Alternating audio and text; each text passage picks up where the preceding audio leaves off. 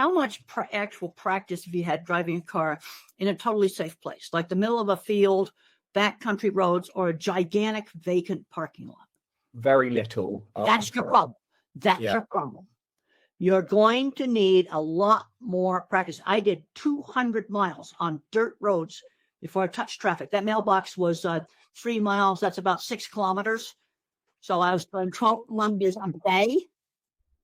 The thing is, though, what about when you're in a city? Because I live in London, where that's going to be quite challenging. Well, what about at 6 o'clock in the morning? Can you get to the football stadium and practice there? Not sure they'd let me, but I could give it a go. Well, what about a big shopping center when the stores are closed? Yeah, the car parks. Yep, they're empty for that. Where you practice. That's where you practice. You practice in the car parks when everything's closed. Get out there at 6 o'clock in the morning and practice. See, that's your problem. You had to have enough practice. I failed my first driving test. Yeah. And I passed my second one. Thank God they didn't make me parallel park. But practice. And the reason you're failing is you haven't had enough practice.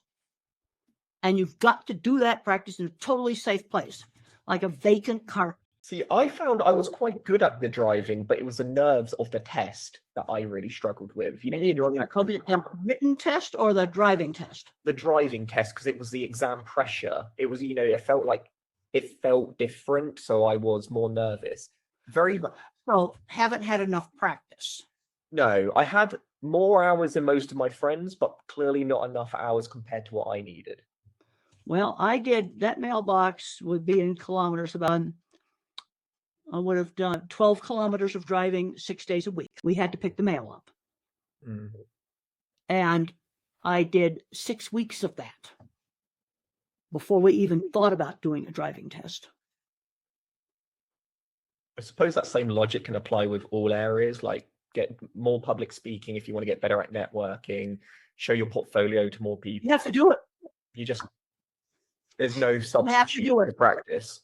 I'm sorry about interrupting. I have that problem. Oh, honestly, don't worry about it. You have to do it. I walked out of my very first public speaking.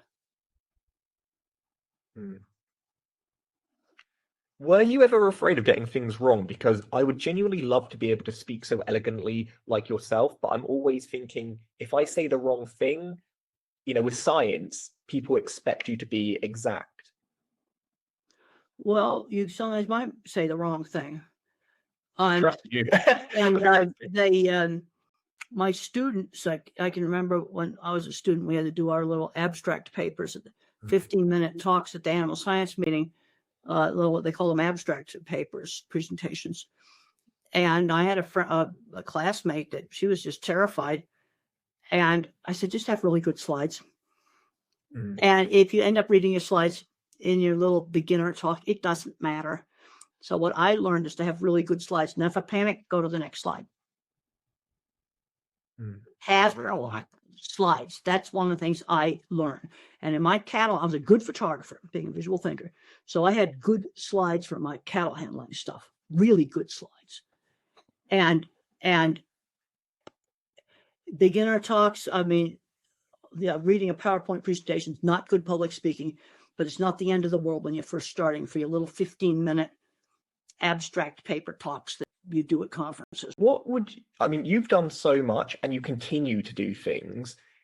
One, what keeps you going? And two, what would you say is next for you? Like, do you have any kind of big projects or new books? Well, now I'm doing things like talking with you because I want to help the younger generation to be successful.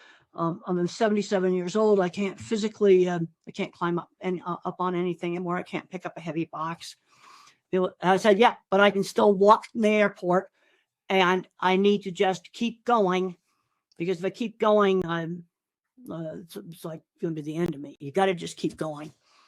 And I figure right now, okay, doing a lot of public speaking, I'm going to do that. I spent a long time talking to you because you are, I want to help the younger generation be successful. And I tell business people, we need the skills. It's just that simple. We need the skills. I've been checking the elevators lately. I'm seeing expired certificate, 6-month exemption, fancy hotel.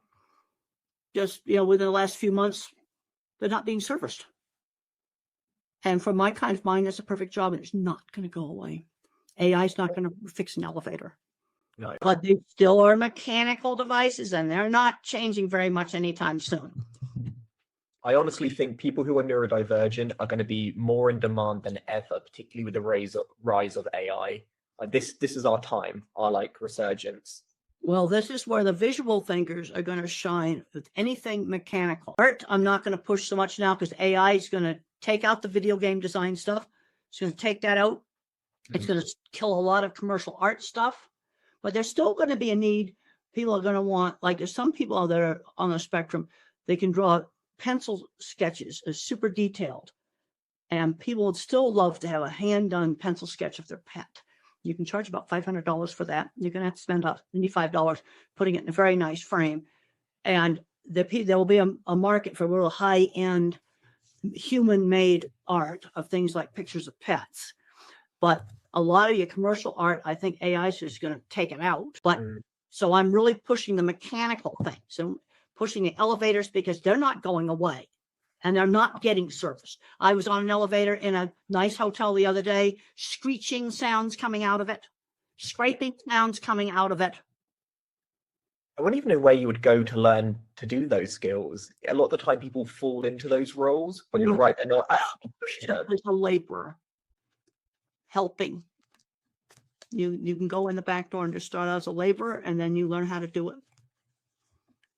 The back door is wide open. People aren't seeing it. It's wide open.